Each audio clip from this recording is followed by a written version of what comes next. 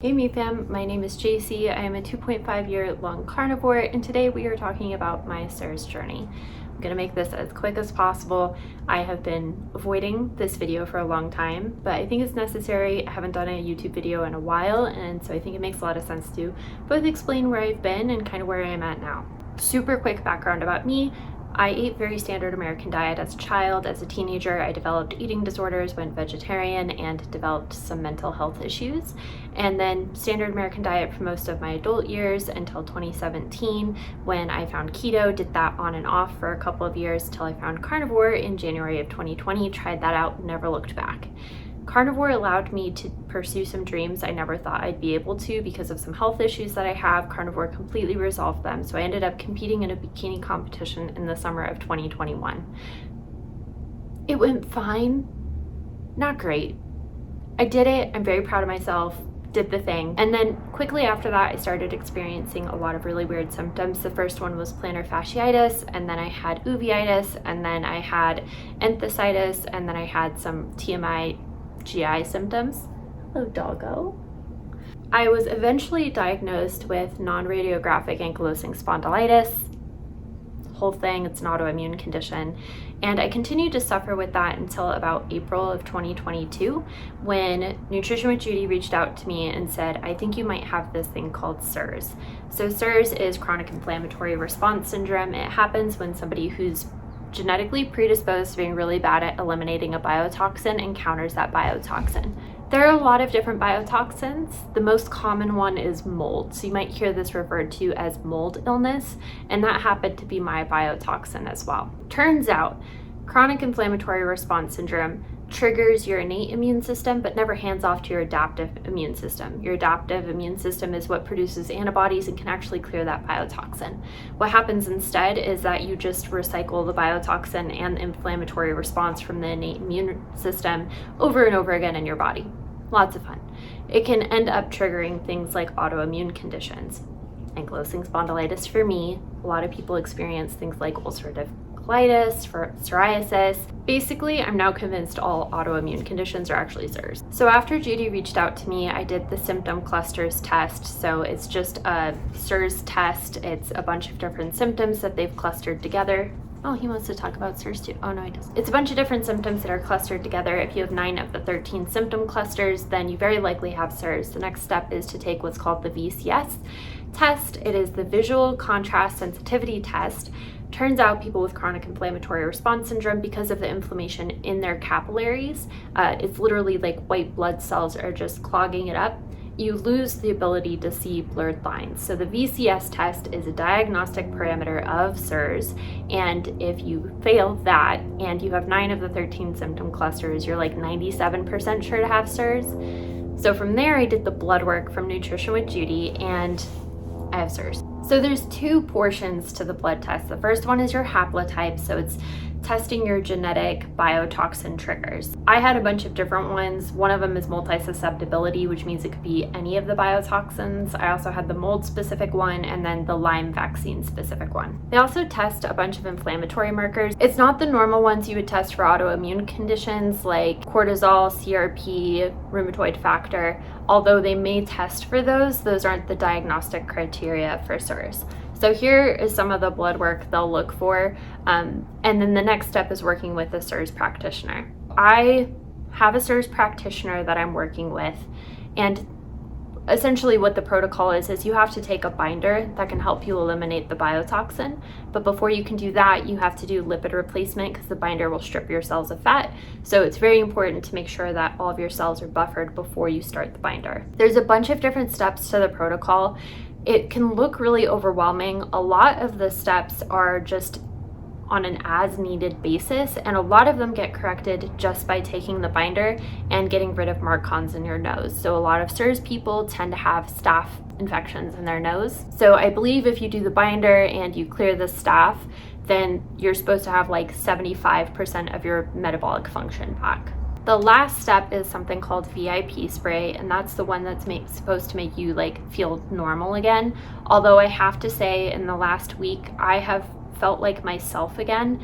If I had to explain what the past year has been like for me, I would have to say it's been kind of an out-of-body experience. Like, I just have not felt like myself, and like, even though I've been going through the motions, and why do I cry in every YouTube video? I'm so sorry. I took a moment. Even though I've been going through the motions, I just haven't felt like me. And I don't know how else to explain that. Like, aside from the pain and the GI symptoms and the fatigue and all of the other things that come with CIRS, I just have literally not felt like myself. It has been so weird. And in the past week, now that I've done about 8 weeks of the binder, I finally feel like me again. Also, this past week, I started the EDTA, which is the treatment for the marcons in my nose. In addition to that, I'm taking LDN, which is low-dose naltrexone. It is a dopamine regulator. It helps with a lot of people who have arthritis-like symptoms. No, Murphy. I'm also still on lipid replacement because I still am on the binder, and I am taking some electrolytes. The binder is not a long-term thing. I think a lot of people in the carnivore community have this innate dislike of medications, and I do too, but I do admit that if we live in this modern world we weren't supposed to exist in, that perhaps natural fixes aren't going to get us all the way there. So I'm happy to accept the binder. Like I said, I've been feeling a lot better. Another big part of my CIRS journey has been getting out of the moldy environment.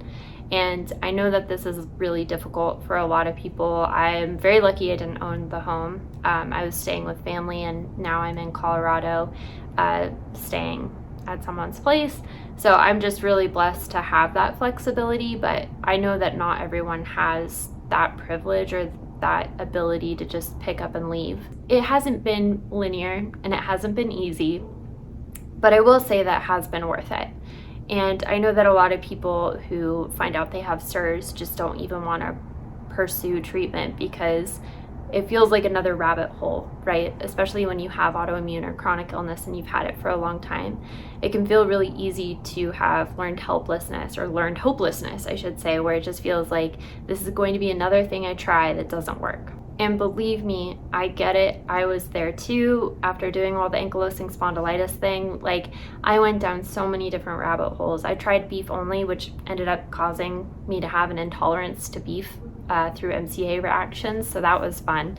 And like, did I have vitamin A toxicity, and should I try Wim Hof? And there's just so many rabbit holes that people with autoimmune conditions can go down. And I think that a lot of people end up going down those rabbit holes because it does make them feel slightly better. But I feel like that approach is kind of like putting a Band-Aid on a bullet wound, where it might make you feel okay enough to get through your day, but it's not going to fix the underlying cause.